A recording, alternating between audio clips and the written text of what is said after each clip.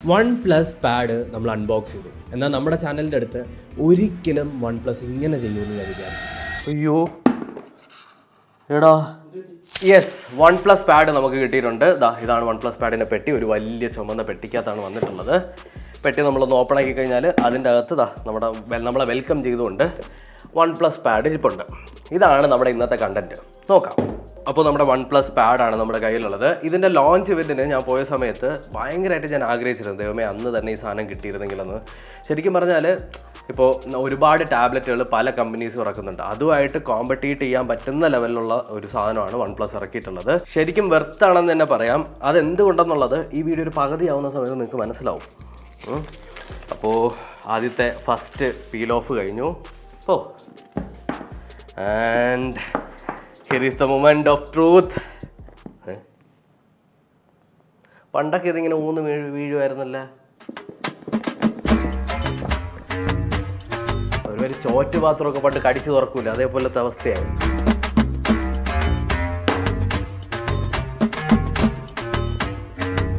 ഒന്നുകൂടി the moment of truth.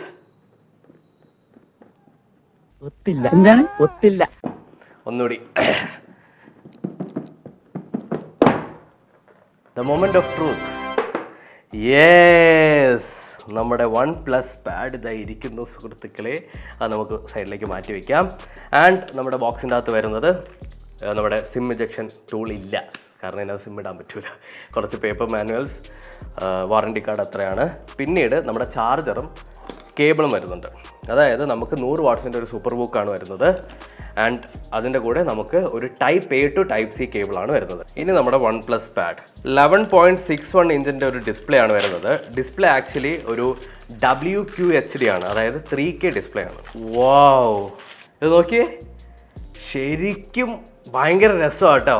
ഇതിവർ design ചെയ്തിട്ടുള്ളത് എല്ലാ എഡ്ജും കർവ് ചെയ്തിട്ടാണ് ഡിസൈൻ ചെയ്തിട്ടുള്ളത്. അതുപോലെ തന്നെ ഇതിൻ്റെ തിക്നെസ് നിങ്ങൾക്കിപ്പോൾ കാണാൻ പറ്റും. കൈതാ വീഴാനൊക്കെ പോകുന്നത് ദൈവമേ. ഇതിൻ്റെ തിക്നെസ് ഇത്രയേ ഉള്ളൂ, നിങ്ങൾക്ക് കാണാൻ പറ്റും. OnePlus Pad നോക്കിക്കഴിഞ്ഞാൽ 11.61 ഇഞ്ചിൻ്റെ ഒരു LCD ഡിസ്പ്ലേ ആണ് വരുന്നത്. 12 GB Ram, 256 GB internal storage, MediaTek Dimensity 9000 ആണ് ഇതിനകത്ത് വരുന്ന CPU എന്ന് പറയുന്നത്. Android 13.1 ആണ് നിങ്ങൾക്ക് ഔട്ട് ഓഫ് ദ ബോക്സ് കിട്ടുന്ന OS. 144 ഹെർട്സിൻ്റെ റിഫ്രഷ് റേറ്റ് ഉണ്ട്, ഡോൾബി വിഷൻ ഉണ്ട്, അതുപോലെ തന്നെ അറ്റ്മോസ് സപ്പോർട്ട് ചെയ്യുന്നുണ്ട്. വൈഫൈയും അതുപോലെ തന്നെ സെല്ലുലാർ ഡേറ്റ ഷെയറിങ്ങും ഇതിനകത്ത് നമുക്ക് സപ്പോർട്ട് ചെയ്യുന്നുണ്ട്. പിന്നെ ഏറ്റവും എടുത്ത് പറയേണ്ട കാര്യം എന്താണെന്ന് വെച്ച് കഴിഞ്ഞാൽ 500 nits ആണ് ഇതിൻ്റെ പീക്ക് ബ്രൈറ്റ്നസ് എന്ന് പറയുന്നത്. 13 മെഗാ പിക്സലിൻ്റെ റിയർ ക്യാമറയും അതിനകത്ത് 4K റെക്കോർഡിംഗ് സപ്പോർട്ട് ചെയ്യുന്നുണ്ട്. 8 മെഗാ പിക്സലിൻ്റെ ഒരു സെൽഫി ഷൂട്ടറുമാണ് നമ്മുടെ OnePlus Padനകത്ത് വരുന്നത്. 552 ഗ്രാമാണ് ടോട്ടൽ വെയിറ്റ് എന്ന് പറയുന്നത്.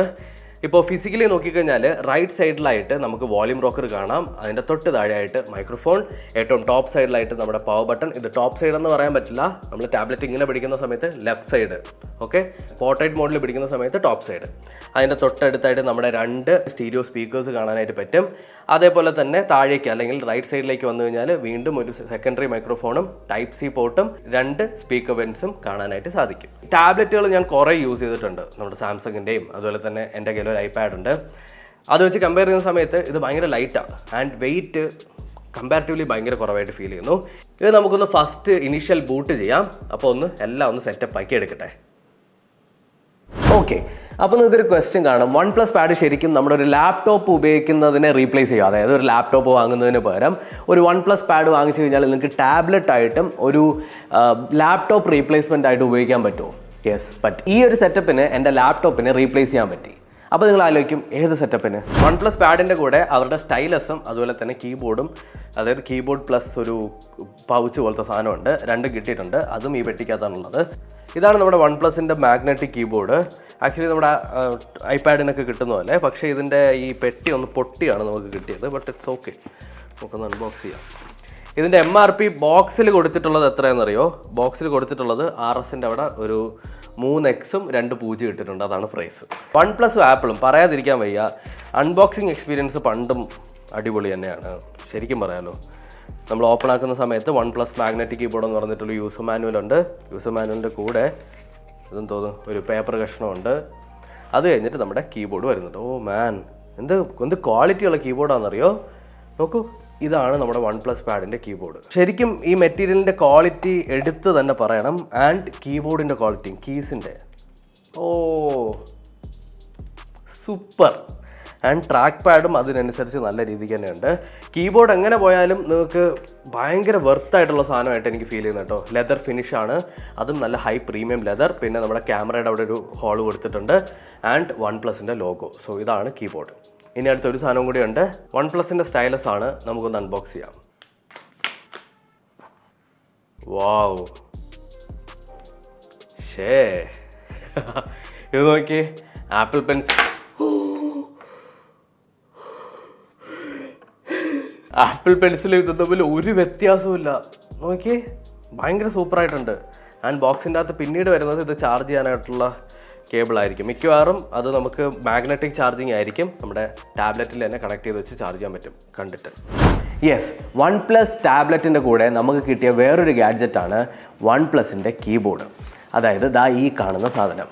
ആക്ച്വലി ഇത് വന്ന സമയത്ത് ഞാൻ അത്രയ്ക്ക് അങ്ങ് എക്സൈറ്റഡ് ആയില്ല എങ്കിലും ഇത് ആക്ച്വലി ടാബ്ലറ്റിൻ്റെ മൊത്തത്തിലുള്ള യൂസ് ചെയ്യുന്ന രീതി കംപ്ലീറ്റ്ലി ചേഞ്ച് ആക്കുവാണ്. ടൈപ്പ് ചെയ്യാനായിട്ട് ഭയങ്കര കംഫർട്ടാണ്, ഭയങ്കര നല്ല സൂത്തിങ് ആയിട്ടുള്ള സൗണ്ടാണ്. ഫോർ എക്സാമ്പിൾ മാഗ്നറ്റിക് ആയതുകൊണ്ട് തന്നെ ഈസി ആയിട്ട് നിങ്ങൾക്ക് അറ്റാച്ച് ചെയ്ത് വെക്കാൻ പറ്റും. അറ്റാച്ച് ചെയ്ത് വെച്ച് കഴിഞ്ഞാൽ ഇവിടെയുള്ള ഈ ഒരു ചെറിയ ടച്ച് ബാർ യൂസ് ചെയ്തിട്ട് നിങ്ങൾക്ക് ഒരു ലാപ്ടോപ്പ് എങ്ങനെ യൂസ് ചെയ്യും അതുപോലെ യൂസ് ചെയ്യാനായിട്ട് പറ്റും. ഇനി നിങ്ങൾക്ക് മൾട്ടി സ്ക്രീൻ അല്ലെങ്കിൽ സ്പ്ലിറ്റ് സ്ക്രീൻ യൂസ് ചെയ്യണമെന്നുണ്ടെങ്കിൽ ക്യാമറയുടെ ഭാഗത്ത് നിന്ന് 2 വിരൽ വെച്ച് താഴേക്കൊന്ന് സ്വൈപ്പ് ചെയ്താൽ മതി. അപ്പോഴത്തേക്ക് നിങ്ങൾക്ക് ഒരു സ്പ്ലിറ്റ് സ്ക്രീൻ ഓപ്പൺ ആയി വരും. നിങ്ങൾക്ക് യൂട്യൂബും മെയിലും ഒരുമിച്ച് യൂസ് ചെയ്യാം, അല്ലെങ്കിൽ നോട്ടും മെയിലും ഒരുമിച്ച് യൂസ് ചെയ്യാം. അങ്ങനെ കുറേ പരിപാടികളുണ്ട്. ഇനി നമുക്ക് കിട്ടുന്ന സ്റ്റൈലസ്, ഇത് 360 ഡിഗ്രി ടച്ച് കൺട്രോളും അതുപോലെ തന്നെ പ്രഷർ സെൻസിറ്റിവിറ്റിയും എല്ലാം ഉള്ള ഒരു സ്റ്റൈലസ് ആണ്. നിങ്ങൾക്ക് ടാബ്ലറ്റിൻ്റെ സൈഡിലായിട്ട് നിങ്ങൾക്ക് അറ്റാച്ച് ചെയ്യാനായിട്ട് പറ്റും. ടാബ്ലറ്റിൽ നിന്ന് ചാർജ് എടുത്തിട്ട് നമ്മുടെ പെൻ അല്ലെങ്കിൽ നമ്മുടെ സ്റ്റൈലസ് ചാർജ് ആയിക്കോളും.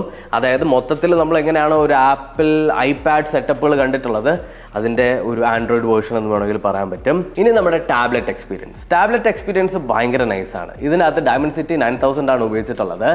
ആൻഡ് പെർഫോമൻസ് അതിലേക്ക് വരുന്നതിന് മുന്നേ ക്യാമറ നോക്കുന്ന സമയത്ത് 13 മെഗാ പിക്സലിൻ്റെ ഒരു റിയർ ക്യാമറയും 8 മെഗാ പിക്സലിൻ്റെ ഒരു സെൽഫിയാണെന്ന് ഞാൻ പറഞ്ഞു.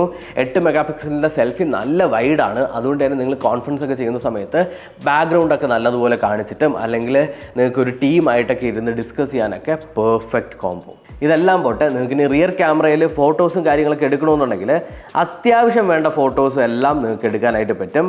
ഭയങ്കര ക്വാളിറ്റി കാര്യങ്ങളൊന്നും ഫീൽ ചെയ്യുന്നു ഞാൻ പറയുന്നില്ല.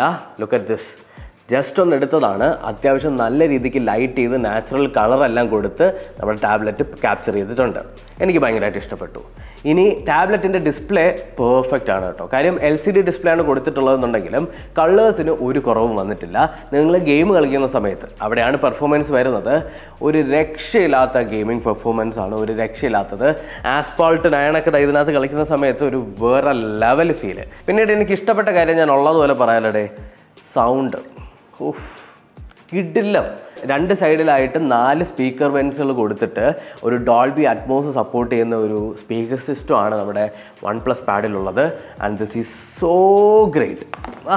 പറയാതിരിക്കാൻ വയ്യ. ഫോർ എക്സാമ്പിൾ ഞാനിപ്പോൾ ഭയങ്കര ക്വാളിറ്റി ഒന്നുമില്ല, എന്നാലും ഒരു പാട്ട് കേൾപ്പിച്ചുതരാം. ويل الخيل تشد الحيل تجر الويل حواترها نجوم الليل بتاني ميل بحر جبيل بسترها.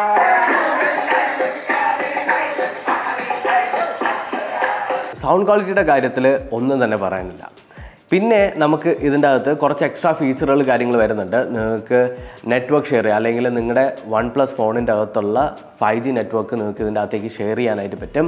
അതുപോലെ തന്നെ നിങ്ങൾക്ക് ഫോൺ മൊത്തത്തിൽ സ്ക്രീൻ കാസ്റ്റ് ചെയ്യാനായിട്ട് പറ്റും നമ്മുടെ ടാബ്ലറ്റിലേക്ക്.